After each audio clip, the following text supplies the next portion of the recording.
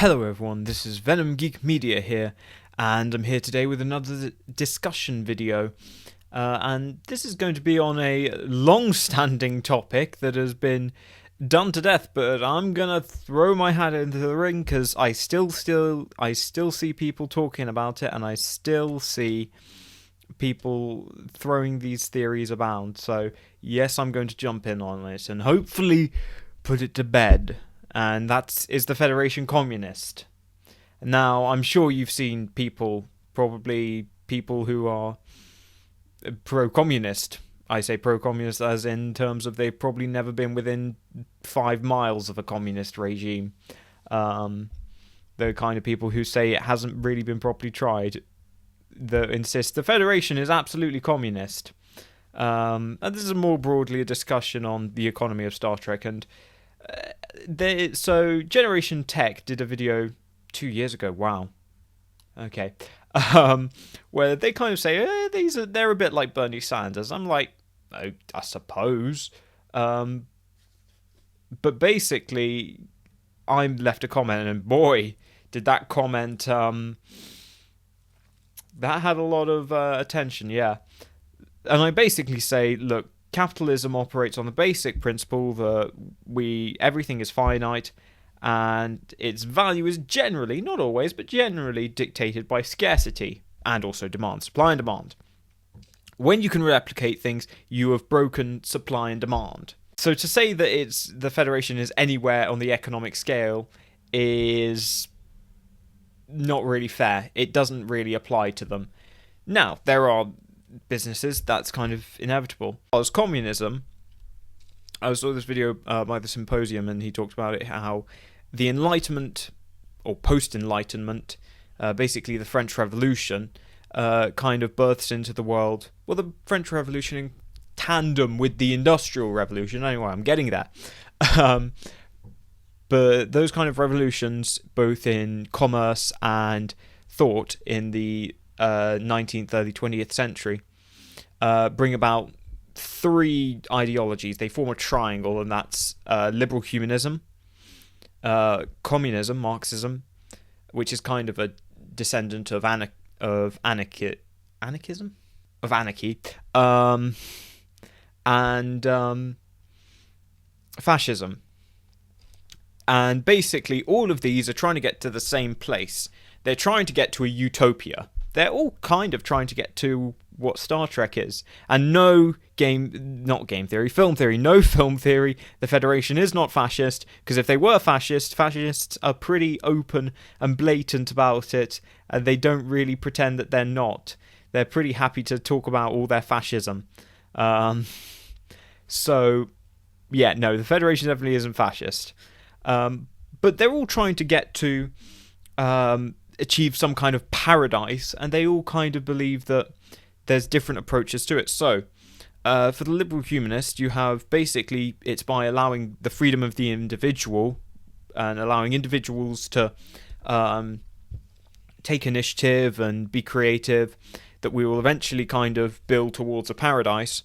With communism, it's about putting the community, the people, it's about everyone working for everyone else, that they will achieve paradise. And for the fascists, it's pretty loosey-goosey what fascists actually believe.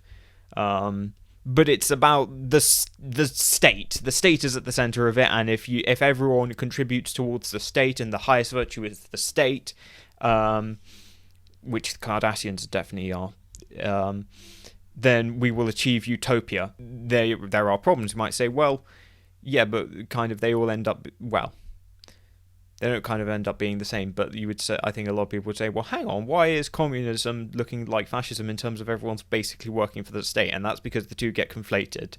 But yeah, ultimately they both involve the apparatus of, both involve the repression of liberty and individualism, which is at the center of liberal humanism, and neither of those two have it, but equally they both. So liberal humanism shares some kind of idea of economic cooperation with the communists, Equally, they share in some of the ideas of the traditionalism that's held by the fascists. It's a triangle. So they're all trying to get to the same place, but okay, so maybe the Federation was born out of either one of them. Well, no, because each of those require a fundamental different view of anthros, of the person, of the human person and kind of what they are. And communism ultimately views humans as means of labor, means of production. Humans are kind of part of an industrial system. Liberal humanism puts them as free agents that are capable of being independent and all of that, and showing initiative and self-betterment, and thus betterment of the world around them, ideally. And fascism really puts them as instruments of the state, and they are nothing without the state. The state gives everyone purpose and is all unifying. Again, like I say, Cardassians really heavily subscribe to that idea. So, well, I mean, that seems pretty clear that, with their championing of individual liberty and individual initiative and creativity, that it's absolutely the Federation is liberal humanist in its foundation, and that seems to stand to reason with what Gene Roddenberry is and his views. He's a liberal humanist. One of the other things, and this is kind of a side, I'll probably do a whole video on, I definitely will do a whole video on it, on the ethics of Star Trek and how, why the whole Vulcan saying the needs of the many outweigh the needs of the few. A, it's a terrible thing, and B, the writers of Star Trek definitely don't even believe in it themselves, and there's good reason, and certainly the characters don't. Anyway, that'll be a whole separate thing. So that's the world of the Federation. Because they subscribe to these ideas of individual liberty and individual initiative and creativity, they can't really have descended from communists or fascists. So, okay, what kind of economy are they operating in? Like I say, replicators change everything in more than one way. I'll go into the kind of the universe breaking implications of the universe later. But someone had pointed out, I'm just going back through these replies on the Generation Tech video, and they point out you don't even need replicators if you have unlimited energy, which nuclear fusion any day now. They said 15 years ago. They're still saying it today. And fully automated production, increasingly like that, makes capitalism pretty much obsolete. And yeah, it's a question of then what do we do afterwards? And that's the whole point of Star Trek is, okay, after that's happened, we have to be self-improving. But we're already self-improving through the act of doing it. Anyway, and I think that kind of idea of that he suggested actually makes a lot of sense in the original series. I don't know if they fully have replicators, but if you look at a lot of the colonies they show, because they had a small budget, there's not many people there, but there's lots of machinery that does most of the work. The people are basically there to supervise. So definitely by the 23rd century, they are a long way along that road. Now, because they have transporters, you'd surely argue that that really deals with the whole replicator issue. Whatever. Let's get to oh man, there's so many comments. If you think about it, the first asteroid we mine in our solar system will probably yield more value than the entire Earth combined. It will be a game changer. Trouble is that people in power like their power, so even with all the wealth and abundance in the universe, there will probably be a bottleneck created by those in power to keep their power resources, because since resources equal power. Yeah, I mean, there's a couple of reasons. So, talk about asteroid mining. Now, that is something that will probably happen in the 22nd century. That's long gone by the 24th century in any meaningful way. I think it's a dead industry. There's a couple of reasons why people in power would bottleneck it. chances are they've kind of seized upon it as, they've made it part of their... I mean, the question is who's in power, but it's like, how do you use that properly? If you just fling huge amounts of resources into an economy, if you just replace scarcity with vast abundance, guess what? The asteroid miner goes out of business because, well, not just the asteroid miner, but also all of the people who were originally produced, all of the mining guilds on Earth go out of business because there's just suddenly all of this cheap stuff has just flooded the market and you can't compete. Equally, from the miner's perspective, he has to, it's expensive, it's not cheap, the actual means of production, so he has to still keep that elevated higher. So I mean, it's part that I think is part of the issue of how do you introduce post-scarcity, and like I say, I think it's we're seeing it evolve today. In the modern world, we're seeing the beginnings of certain things dropping out of scarcity. Not all things, and it's pretty, tentative right now. But you can't just throw lots of if you throw lots of a sudden wave of post-scarcity. I mean, also the Spanish gold in the that they took from the South America. And everyone just nicked it. Now this is interesting, and something I think we're starting to appreciate today. In a post-scarcity society, capitalism can still exist by changing what is bought and sold, such as entertainment services like YouTube videos. Now that is interesting, because that brings us kind of into, things where in Next Generation we see businesses continue in... You have Cisco's restaurant, you have all sorts of different luxury spots and businesses. The Picards make wine, and they presumably sell it in some kind of fashion because it's a luxury good. And it's not necessarily because of...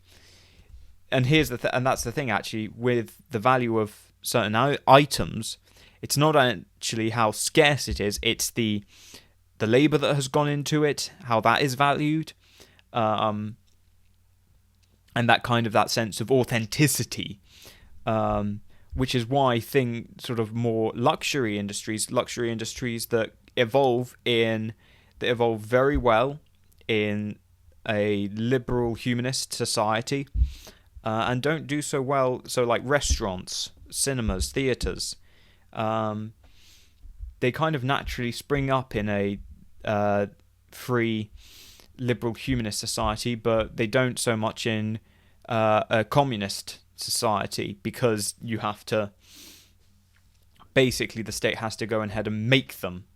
Okay, someone just said, you can't replicate everything. You can't replicate starships, planets, Dyson spheres, and all of that. It's like, okay, yes... Are those really essential for living? No, and given that everything else around them can be replicated, i.e. the food to feed all the people building them. And also I disagree. I think you can replicate starships. Couldn't you now? Can you replicate an entire starship? Probably not. You couldn't just starship. But you could, and this is definitely heavily implied by the level of construction we see during the Dominion War, both in the Federation and in the Dominion, because they are basically, particularly the Dominion, are just printing ships out, that you can replicate components, probably the more simple elements of components, like hull plating, but that takes you a long way into full development. You can, prefabricate the parts you need pretty easily and then just assemble them up in dry dock. And someone has commented that, yes, that is actually the case in some of the tech manuals. So there's some that argue that you could have replicators would exist, but they'd still be controlled by a ruling class that would limit that access to them To which I would say no, because with certain technologies, or one company would just patent the replicator and say no one else can build it. So there's a couple of reasons why that's wrong. One, when technology comes out, and pretty quickly, patents mean nothing for the most part. Like, if you look at, when Apple came out with the smartphone and everyone was like, wow, incredible. And then Samsung came out with one, and was it? Yeah, it was Samsung. Please don't libel me. Yeah, it was the Samsung Galaxy, wasn't it? And they came out with their smartphone, and Apple tried suing them for copying them for their patented technology. And the court was like, yeah, no, you can't patent that, because if anything, you stole from 2001 A Space Odyssey, or probably something else before that. It's not really something you can just say, yes, I came up with this idea, no one else can make it. Chances are when replicators show up, it's very much going to be a case of Pandora's box, and once it's out the bag, just replicators are going to be springing up everywhere, to the point where, I mean, can you replicate a replicator? That's pretty meta. But to the point where everyone's just going to have one. It is just going to be a part of the world and just inherent to it. So no one's going to really be able to control the means of production. It's like, I gave him the example. I said, well, look, you look at something like YouTube, my YouTube channel, and I have the means to put content out there and create wealth from it. And there was no gatekeeper. No one stopped me. No, I didn't have to obey a ruling class. I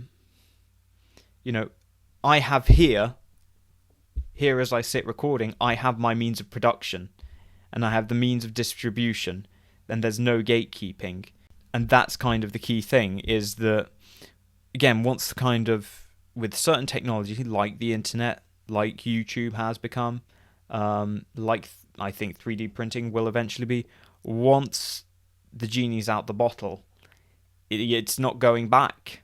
And so the whole thing of someone gatekeeping these technologies that would bring about post-scarcity, no, that's not how technology works. Once the technology that is kind of essential, that it becomes a kind of an extension, a utility, once we get that, I mean, that's it. It's out there, and you can't really do anything about it, and you can't really control who does and doesn't have it. That really covers why the Federation isn't communist, and why replicator technology really breaks most kind of the essential of capitalism, which is that of the creation of things in exchange for money. Capitalism has since evolved, again, from that Marxist critique of capitalism.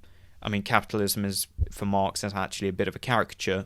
But the world he describes, i.e., with workers working in factories, didn't last very long at all, actually, historically. And for the most part, is very swiftly replaced with the exchange of services. That's the modern capitalist world, and it's a long way different from it was, and the future will probably be further along that direction in the terms of the exchange of ideas, and that's again fundamentally part of that liberal humanist paradigm. So really, that's my thoughts on the matter and on the nature of the economy of the Federation and why they are not communist. I've now knackered my voice. So thank you guys for watching. Let me know what you think in the comments below, and I'll see you guys in the next video.